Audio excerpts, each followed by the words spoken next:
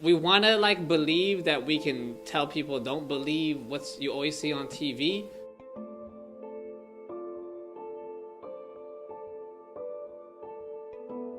It's offensive because it uses a stereotype for humor and it represents the entire LGBT plus community.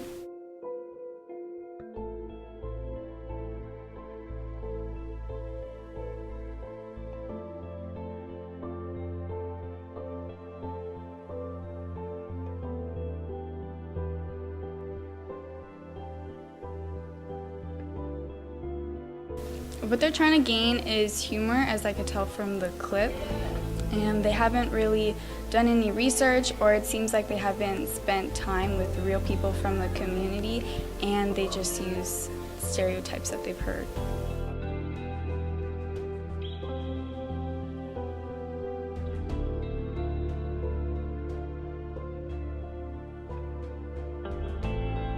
So what we can do to help the problem is have characters that are more than just a token gay character. You know, have backstories, show them as if they're just normal people with their sexuality, what it is.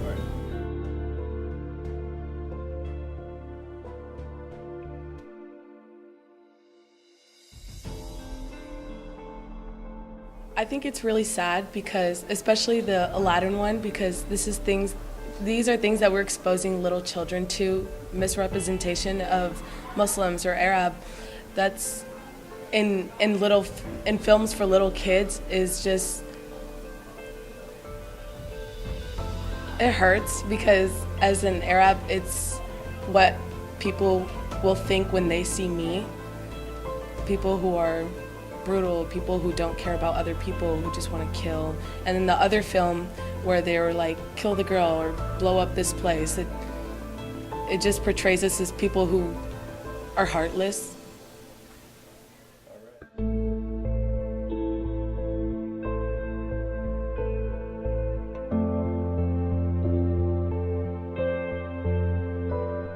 I think they do it partly for comedy purposes and also to put hate and blame for certain things on a group of people.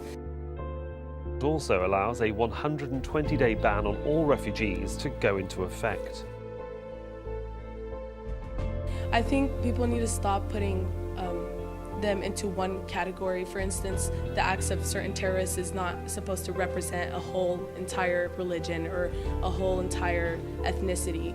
It doesn't make any sense. For instance, if there's a terrorist from a different religion, that's not going to be put on, that's not going to represent what everybody else is, and that's how Islam should be portrayed. Islam literally means peace.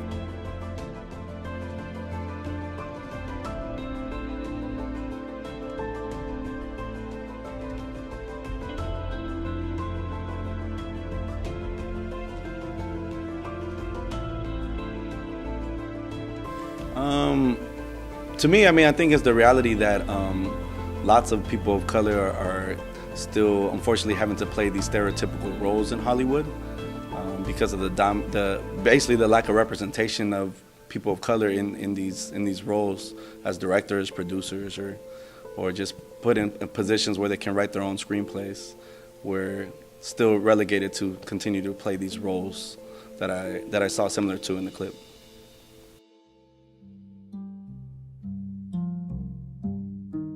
Well, I think first of all, number one and foremost is that going into any artistic school is really expensive. And so for communities of color that traditionally come from underprivileged communities or underrepresented communities, we don't have the resources to fully pay a $100,000 scholarship to go to the School of the Arts, for instance. So a lot of us don't choose that pathway. We end up going to community colleges, or we end up going to other places where maybe art is kind of out of our realm. There's a lack of representation of recruiting students to be lead characters for drama, for drama clubs or drama classes in the school systems as well. You know, traditionally, when you think of someone playing Romeo and Juliet, you don't think of an African American person. You don't think of a Latino. You know, you don't even think of other people who have different sexual orientation. And so we kind of get relegated to these stereotypes. Two, I think, is because Hollywood has maintained its dominance in only uplifting white voices. You know, that's just the reality.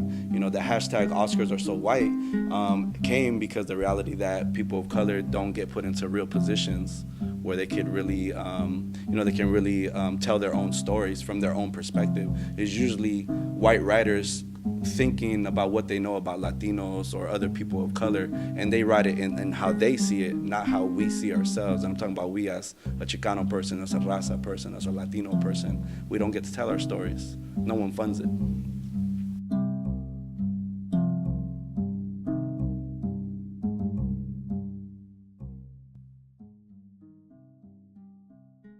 But I think that at the end of the day, like, representation in Hollywood, in mainstream television, in American television in particular, given that its reach is so global, it's going to matter, right? It's going to create narratives that affirm a particular group's experience and shows the whole gamut of the different identities that one particular group can have.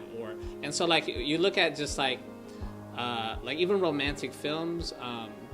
Like, it's generally like this Prince Charming, like, white male guy, and then you also have, like, if we just talk about like white folks in general, you have this gamut in which like white folks can be the villain, they can be the savior in the story, they can be the romantic interest. Even like the average Joe white guys in like these rom-coms like get to have this identity affirmed, right? So like those, what's that movie, like Seth Rogen, right?